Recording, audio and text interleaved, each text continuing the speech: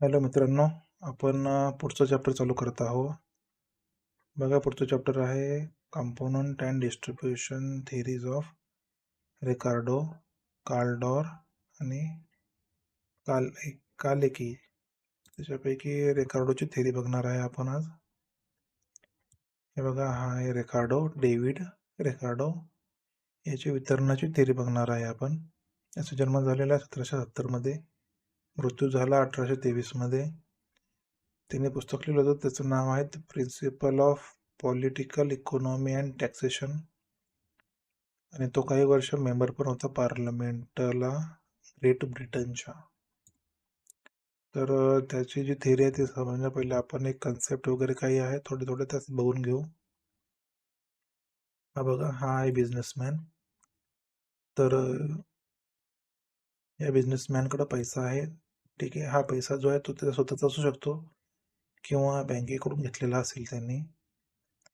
जर हा पैसा स्वतःचा असेल तर त्याला मिळणारे नफा, आणि जर बँकेकडून घेतलेला असेल तर त्याला या पैशापैकी काही प्रमाणामध्ये व्याज परत द्यावं लागणार आहे बँकेला.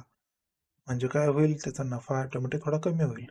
स्वतःचा असेल तर नफा चांगला राहील, बँकेकडून घेतलेला असेल तर नफा कमी होईल, कारण की त्याला त्या पैशावरती बँकेला परत रिटर्न व्याज पण द्यायचं आहे ना. तर आता हा बिझनेसमॅन काय करतो, या लँडवरती, या जमिनीवरती एक कंपनी स्थापन करतो. तर ज्या जमिनीवरती त्यांनी कंपनी स्थापन केलेली आहे तर त्या जमिनीच्या मालकाला पण काहीतरी पैसा द्यावा लागेल.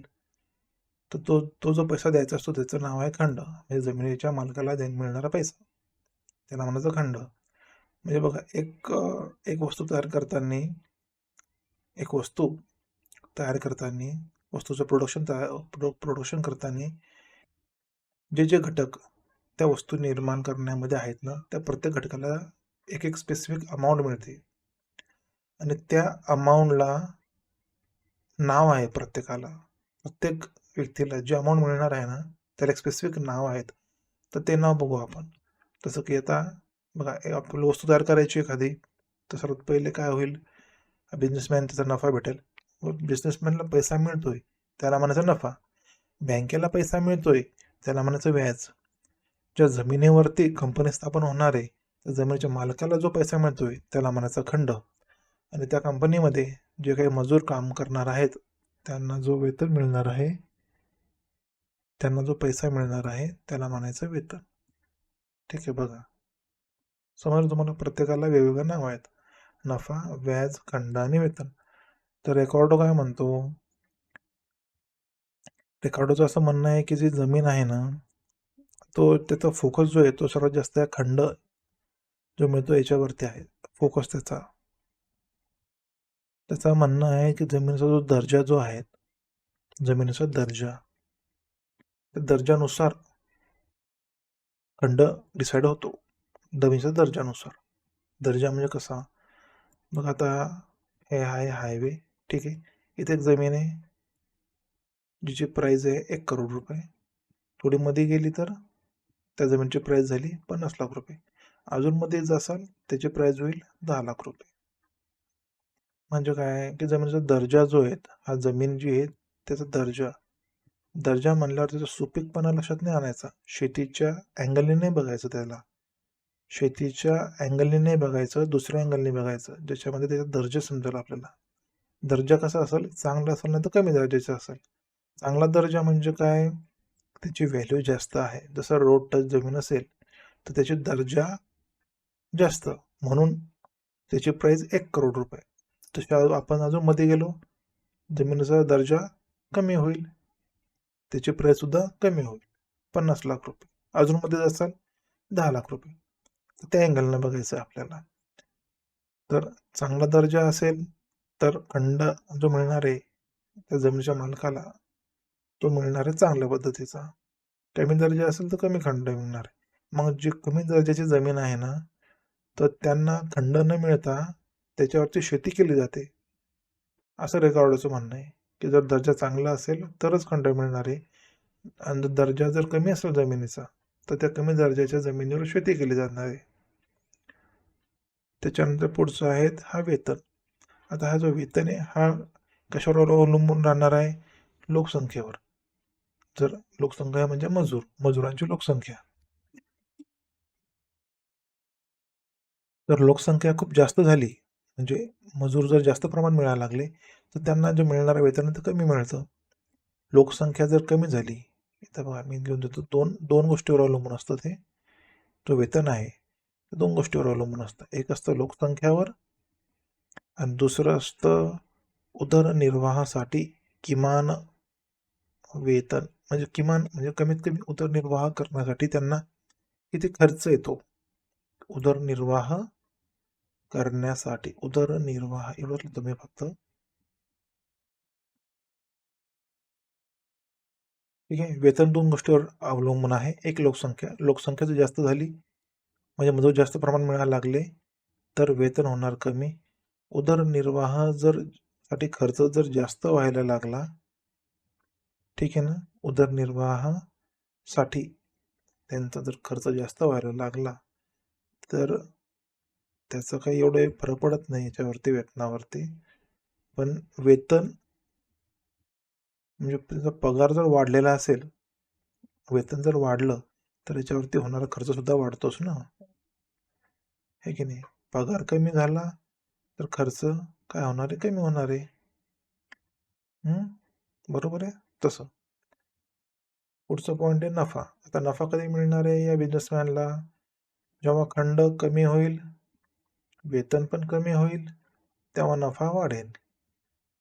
एखादी वस्तू तयार करण्यासाठी त्याला जो खर्च द्यायचा आहे बिझनेसमॅनला, तो खर्च जेवढा कमी होईल, तेवढा जास्त त्याचा नफा होईल.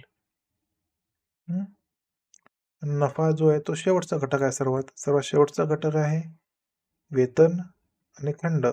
या दोन्ही गोष्टीवरती याचा नफा अवलंबून आहे. ठीक आहे. त्याच्यानंतर पुढचं त्यातच अजून एक हे आहे गोष्ट, ती म्हणजे बघा, सपोज ए हा एक देश आहे, बी हा देश आहे. दोन्ही देश सारख्या पद्धतीची एखादी वस्तू उत्पादन करत आहे. ठीक आहे. तर रेकॉर्डोचं असं मत आहे की जर हे वस्तू उत्पादन करताना जो देश कमी खर्चामध्ये ती वस्तू तयार करतो, कमी खर्चामध्ये ती वस्तू तयार करतो, त्याला म्हणायचं व्यापार फायदा.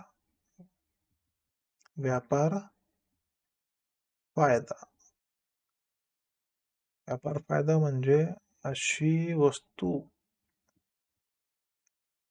की ज्याला खर्च कमी लागलेला आहे बनवण्यासाठी कमी खर्च लागलेला आहे. आणि आपण तुलना करत आहोत 2 देशामध्ये. याच्यामुळे याला म्हणायचं तुलनात्मक फायदा. काय म्हणायचं याला? तुलनात्मक फायदा. ठीक आहे. तर आता बघूया आपण व्यवस्थित कन्सेप्ट रेकॉर्डोची बघा. रेकॉर्डोचे वितरण सिद्धांत आहे. जन्म 1770, मृत्यू 1823.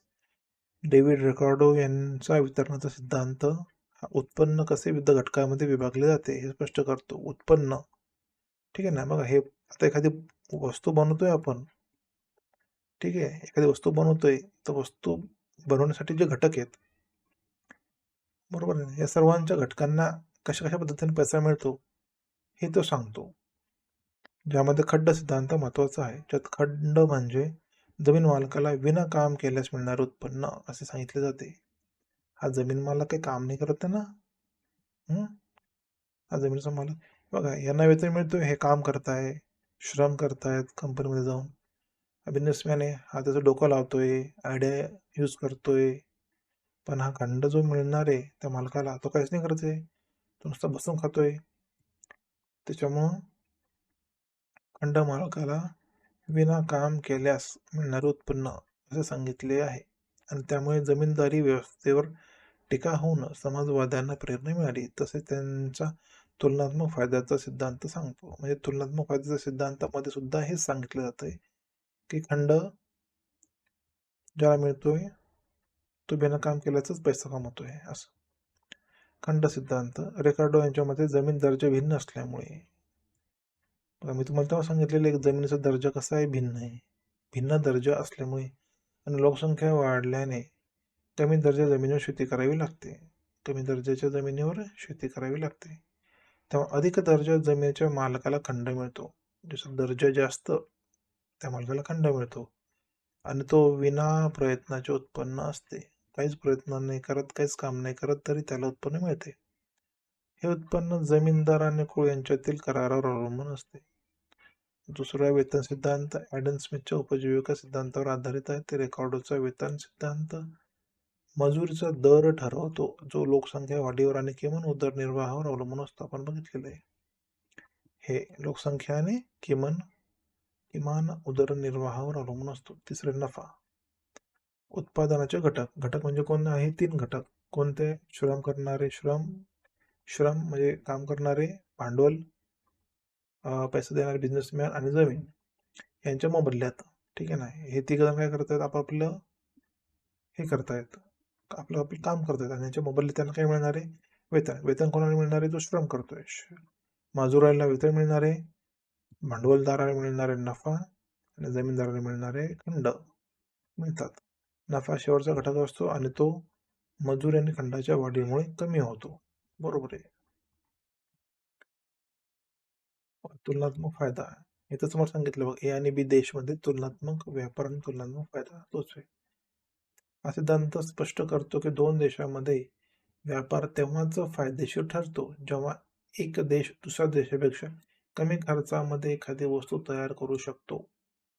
यामुळे देशामध्ये विशेषीकरण वाढते. तुलनात्मक फायदा. परिणाम. रेकॉर्डोच्या मते रेकॉर्डो यांच्या सिद्धांताने जमीनदारी व्यवस्थेवर टीका केली आणि जमीन मालकांच्या हातात संपत्ती केंद्रित होण्यामुळे होणाऱ्या सामाजिक विषमतेवर प्रकाश टाकला. कोणाच्या हातामध्ये संपत्ती केंद्रित होते? जमीन मालकाच्या हातात. का बरं होती जमीन मालकाच्या हातामध्ये? तो बिना काम केल्याचाच पैसा कमवून राहिला. काम नाही करत आहे तरी पैसा त्याला मिळतोय. त्याच्यामुळं हा जो व्यक्ती आहे हा काही काम नाही करत तरी पण त्याला पैसा मिळतो. त्याच्यामुळे त्या सिद्धांताला तो प्रकाश टाकतो. रेकॉर्डो त्या गोष्टीवरती जास्त प्रकाश टाकतोय. त्यांच्या विचारांनी कार्ल मार्क्ससारख्या विचारवंतांना भांडवलशाहीतील विषमतेचा अभ्यास करण्यास प्रेरणा दिली. बरोबर. रेकॉर्डोचा हा खंड विषयक सिद्धांत अर्थशास्त्रात महत्वाचा सिद्धांत म्हणून गणला जातो. जमिनीच्या दर्जामध्ये फरक असल्यामुळे जमिनीच्या दर्जामध्ये फरक असल्यामुळे खंड निर्माण होते. जास्त दर्जाची जमीन खंड जास्त, कमी दर्जाची जमीन नो खंड शेती. सर्व जमीन सारखीच सुपीक असती तर खंड निर्माण झाला नसता, असे रिकार्डोचे म्हणणे होते. शेवटी लागवडीखाली आणलेल्या जमिनीचा केवळ उत्पादन खर्च भागत असतो. म्हणजे शेतीसाठी जी जमीन तिथं काय असतो? उत्पादन खर्च भागतो. अधिक सुपीक जमिनींना खंड मिळतो कारण कमी प्रतीची जमीन लागवडीखाली आणली जाते. अधिक सुपीक जमीन खंड मिळतो. सुपीक नाही, अधिक चांगल्या चुकलं हे तर. सुपीक नाही असेल ते अधिक असं वाक्य पाहिजे की अधिक जास्त दर्जा जास्त दर्जाच्या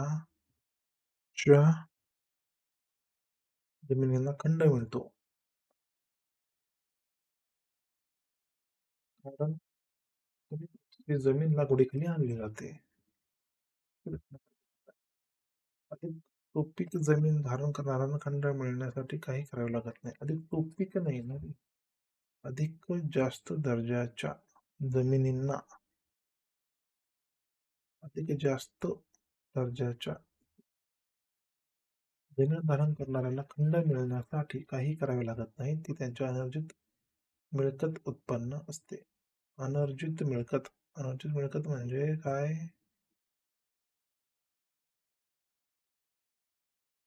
काहीच काम न करता मिळणारे उत्पन्न.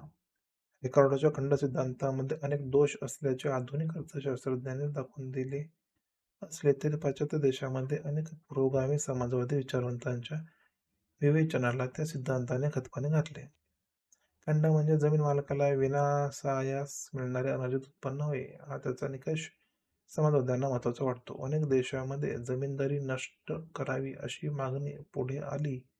जमिनीचे राष्ट्रीयकरण करावे असाही विचार मांडला गेला. जमिनीचे राष्ट्रीयकरण राष्ट्रीयकरण म्हणजे पूर्ण जमीन जी आहे ना ती जो देशाचं शासन आहे, जो देशावरती शासन करतोय, तर म्हणजे सरकारच्या अंडर आली पाहिजे. आणि एवढी जमीन म्हणजे असं आता सध्याला काय करतो आपण, आपापल्या नावावरती जमीन आहे तर आपापल्या नावावरती नाही, सगळी जमीन देशाच्या नावावरती, असा विचार याला म्हणतात राष्ट्रीयकरण.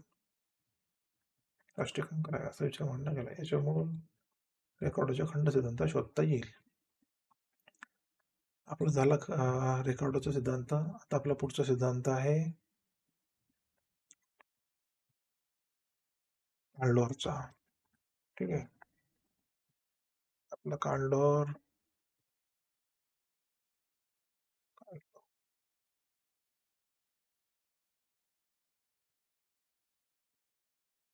काल्डोर काय म्हणतो, राष्ट्रीय उत्पन्न उत्पन्न म्हणजे कोणाचं, हे बघा देशाचं उत्पन्न. उत्पन्न हे विभागलेलं असतं दोन गोष्टीवरती. एक असतं मजुरीवरती, दुसरं असतं नफ्यावरती. या दोघांमध्ये काय विभागले गेलेले आहे. मग आता दोघं काय करतात, तर बघा आता हा मजूर काय करतो, बचत म्हणजे सेविंग, बचत काय करतो कमी करतो. तो काय करतो खर्च करतो. तो खर्च जास्त करतो, बचत कमी करतो. आणि जो बिझनेसमॅन आहे तो काय करतो, सेविंग करतो त्याचे पैसा. तो सेविंग करतो, सेविंग करून काय करतो बँकेत ठेवतो. बँकेमध्ये ठेवल्यामुळे बँकांची बाहेर समाजामध्ये कॅश फ्लो वाढते, त्याच्यामुळे फायदा होतो. आणि दुसरा हा काय करतो, गुंतवणूक करतो. गुंतवणूक करून परत एक नवीन कंपनीची स्थापना करतो. बिझनेसमॅन दोन गोष्टी करतो, सेविंग कर वाढवतो, सेविंग केलेला पैसा बँकेत ठेवतो, त्याच्यामुळे कॅश फ्लो जो आहे तो वाढतो समाजामधला, मार्केटमधला. आणि दुसरी गोष्ट म्हणजे परत गुंतवणूक करतो त्याला मिळणाऱ्या नफ्यामधून. मग या अर्थव्यवस्थेची जी वृद्धी जी असते ते कशावर अवलंबून आहेत, या बचत आणि गुंतवणुकीवरती, या दोन गोष्टीवर अवलंबून आहे. आणि या बचत आणि गुंतवणूक या दोन्ही गोष्टी कोण करतं, बिझनेसमॅन करतो. मजूर हा ना बचत करत ना गुंतवणूक करत, त्या दोन्ही गोष्टी कोण करतो, बिझनेसमॅन करतो. आणि या दोन्ही गोष्टीवर त्या अर्थव्यवस्थेची काय अवलंबून आहेत, ही वृद्धी, हे जे ग्रीन दिसतं ना असं असं असं, ही आहे वृद्धी. ही वृद्धी अवलंबून असते. आता जो काल्डोर आहे ज्याने हा सिद्धांत मांडलेला आहे, त्याने हा व्यक्तिगत एका व्यक्तीपुरता मर्यादित विचार नाही केलेला, तर त्याने राष्ट्रीय पातळीवरती विचार केलेला आहे. याच्यामध्ये गुंतवणूक जर वाढली तर ऑटोमॅटिक पैसा वाढणार आहे. पैसा वाढला की या व्यक्तीचं परत नफा वाढणार आहे. नफा वाढला म्हणजे हा अजून अमीर बनणार आहे. परत संपत्तीचं केंद्रीकरण होणार आहे. हे असं मत आहे काल्डोरचं.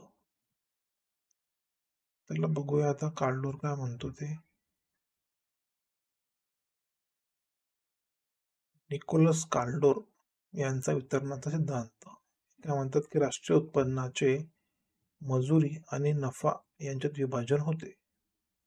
बरोबर आहे बघा, मजुरी आणि नफा यात विभाजन होते. जिथे नफ्याचे दर हा बचतीची प्रवृत्ती, काय नफ्याचा दर हा बचतीची प्रवृत्ती आणि गुंतवणुकीच्या दराच्या फरकावर अवलंबून असतो.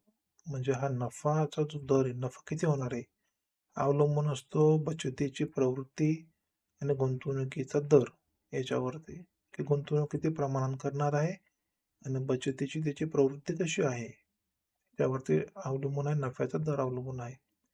ज्यामुळे भांडवलदार आणि कामगार यांच्यातील संपत्तीचे वितरण ठरते. जो मायक्रो इकॉनॉमिक्स या संकल्पनेचा भाग आहे.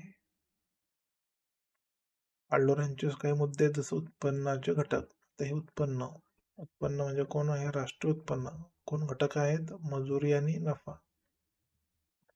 राष्ट्रीय उत्पन्न मुख्यत्वे मजुरी, कामगारांना मिळणारा मोबदला, आणि नफा भांडवलदारांना मिळणारा मोबदला यांच्यामध्ये विभागले जाते.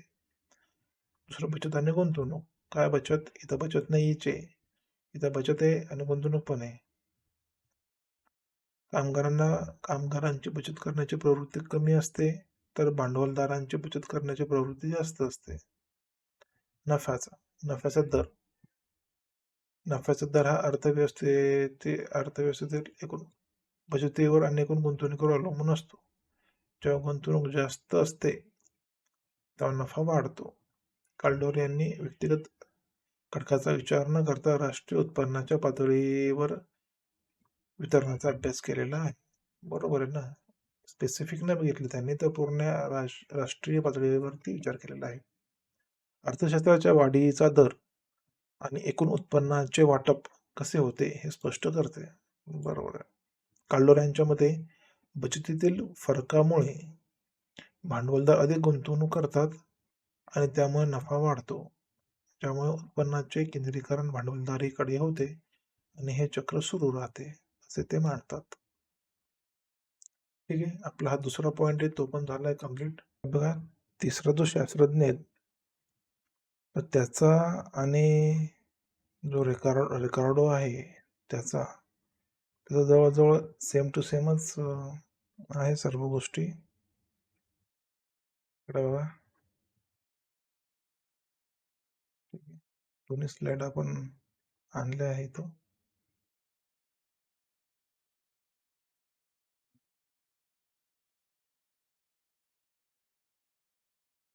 काय म्हणतो कालके, हा अर्थशास्त्रातील एक महत्वाचा भाग असून उत्पन्नाच्या घटकामध्ये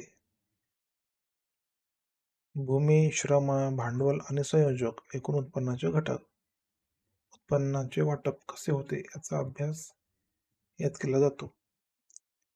पालिकेचा जो सिद्धांत आहे तो आणि रिकार्डोचा सिद्धांत आहे तो जवळजवळ सेम टू सेम आहे, दोन्ही पण समान आहे जवळजवळ. हो, कसे? समाजातील विविध व्यक्तींना किंवा कुटुंबांना मिळणाऱ्या उत्पन्नाचा यात विचार केला जातो. उत्पन्नाच्या समान आणि असमान वाटपाचा अभ्यास यात होतो. उत्पन्नाचं समान आणि असमान वाटप, बरोबर नाही? इथं प्रत्येकाचं उत्पन्नाचं वाटप असमान आहे ना. हा जो लेबर आहे त्याचं वेतन वेगळं, जमिनीच्या मालकाचा खंड मिळतो तो वेगळा, नफा मिळतो तो वेगळा. म्हणजे प्रत्येक व्यक्तीला कसं आहे, समान समान आहे का? नाही, असमान वाटप आहे ना संपत्तीचं सगळ्यांना. याचा अभ्यास केला जातो. पुढचं कार्यात्मक वितरण. आता हे प्रत्येकाला वैयक्तिक झालं. दुसरं कार्य, त्याच्या कार्यानुसार त्यांना पैसा मिळतोय. उत्पन्नाच्या प्रक्रियेमध्ये कार्य केल्याबद्दल उत्पादन घटकांना जे मोबदले मिळतात त्याचा अभ्यास यात होतो. उदाहरणार्थ मजुरी, खंड, व्याज आणि नफा. मजुरी, याला खंड, याला व्याज आणि याला नफा आणि याला व्याज. त्यांच्या कार्यानुसार त्यांना मिळतंय, त्याच्यामुळे त्याच्या कार्यात्मक वितरण. कार्य यांचं केलं म्हणून मिळालं. वैयक्तिक वितरण प्रत्येकाला वेगवेगळं आहे. कार्यात्मक वितरण, वैयक्तिक वितरण. आता इथं बघा, भूमी म्हणजे खंड, हेच हेच सेम सेम त्याच गोष्टी परत आहेत. जे रेकॉर्डने सांगितलेले आहेत तेच इकडं पण तेच आहेत. जमिनीचा वापर केल्याबद्दल जमीन मालकाला दिला जाणारा मोबदला म्हणजे खंड होय. रेकॉर्डचा हा खंड सिद्धांत यात प्रसिद्ध आहे. दुसरं आहे श्रम. कामगारांनी केलेल्या शारीरिक किंवा मानसिक श्रमाबद्दल त्यांना मिळणारा मोबदला म्हणजे मजुरी होय. तिसरं आहे भांडवल. भांडवल म्हणजे हा याचा पैसा, भांडवल. उत्पादनासाठी वापरल्या जाणाऱ्या भांडवलाच्या मोबदल्यात भांडवलदाराला व्याज दिले जाते. व्याज मिळतं. हे भांडवल, हे बँक आहे. बँकेचा पैसा वापरू लागला ना तो जर वापरत असला तर त्याला मिळणार. बँकेचा वापरत असेल तर बँकेला मिळणार. असं. दुसरं संयोजक, नफा. जोखीम पत्करून उत्पादनाचे इतर घटक एकत्र आणणाऱ्या संयोजकाला जो उरलेला भाग मिळतो त्याला नफा म्हणतात. याचे काही सिद्धांत आहेत. म्हणजे एकच सिद्धांताला वेगळ्या पद्धतीनं वेगवेगळे शब्द वापरून आणि वेगवेगळ्या व्यक्तीनं वेगवेगळे नाव दिलेले आहेत, एवढंच आहेत. तर बघा, वितरणाचा सीमांत उत्पादकता सिद्धांत. हा सिद्धांत सांगतो की प्रत्येक घटकाला म्हणजे हेच बघा, हे चारही घटकाला उत्पादन घटक त्यांच्या सीमांत उत्पादनानुसार मोबदला मिळतो. सीमांत उत्पादकतेनुसार म्हणजे काय, की त्यांनी जे काम केलेले आहे त्यानुसार त्यांना वेगवेगळा मोबदला मिळतो. म्हणजे एखाद्या घटकाचे शेवटचे एकक उत्पादनात किती भर घालते त्यावर याचा मोबदला ठरतो. पुढचं, नफ्याचा जोखीम सिद्धांत.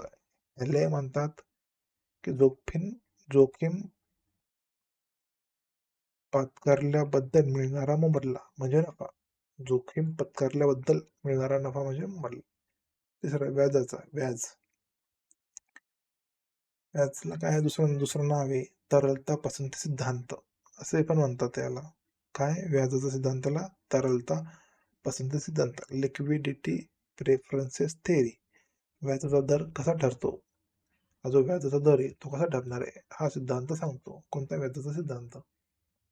आपल्याला तर व्याजाचा सिद्धांत वगैरे ते ऑर्डर सिद्धांत बघायचे नाही, त्यामुळे आपण शॉर्टकटमध्ये ते घेतोय. थोडक्यामध्ये काय आहे की वितरण सिद्धांत हे स्पष्ट करतो की देशाचे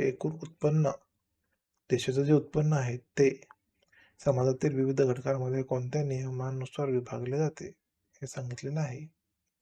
कॅलेकी यांनी प्रभावी मागणीचा सिद्धांत बरोबरच म्हणजे बघ प्रभावी मागणी त्यांनी अजून एक सिद्धांत सांगितलेला आहे, त्याचं नाव आहे प्रभावी मागणीचा सिद्धांत बरोबरच उत्पन्न वितरणाचा सिद्धांत मांडलेला आहे. त्यांनी 2 सिद्धांत मांडले, उत्पन्न वितरणाचा सिद्धांत, प्रभावी मागणीचा सिद्धांत.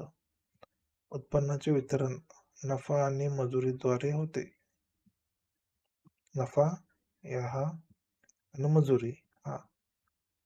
तो जो मधला होता एक जण अजून एक कोणता, काल्डोर, त्याचं पण हेच म्हणणं होतं ना, उत्पन्न जे आहेत राष्ट्रीय उत्पन्न ते 2 गोष्टीवर अवलंबून असतं. ही इमेज बघा, काल्डोरची इमेज ही वेतन आणि नफा हे जे आहे इन्कम हे त्या 2 गोष्टीवर अवलंबून आहे. हे पण ते सांगते की उत्पन्नाचे जे वितरण आहे ते नफा आणि मजुरीद्वारे होते, हे त्याने दाखवून दिले आहेत. नफ्यात बदल झाला तर, जसं का नफामध्ये बदल झाला तर उत्पादन आणि रोजगार यांच्यामध्ये समान दिशेने बदल होतो. कशामध्ये, उत्पादन आणि रोजगारामध्ये. रोजगार म्हणजे याच्यात बदल झाला की याच्यात बदल होणारच वितरणामध्ये, रोजगारामध्ये. आणि दुसरं सांगतो ते उत्पादन म्हणजे काय, क्वांटिटी, वस्तूची क्वांटिटी, जे प्रोडक्शन आहे त्याच्यामध्ये सुद्धा बदल होतो. नफा बदलला की वेतन पण बदलणार, वेतन बदललं की ऑटोमॅटिक क्वांटिटी पण बदलणार ना, त्याचं म्हणणं आहे. नफ्याची पातळी दिली असताना उत्पन्नाचे पुनर्वितरण श्रमिक आणि भांडवलदार यांच्यामध्ये होते. कल्के यांच्या विकास सिद्धांतानुसार उत्पादनामध्ये रोजगार आणि मजुरीचे दर घसरून उच्च बेरोजगारी निर्माण होते.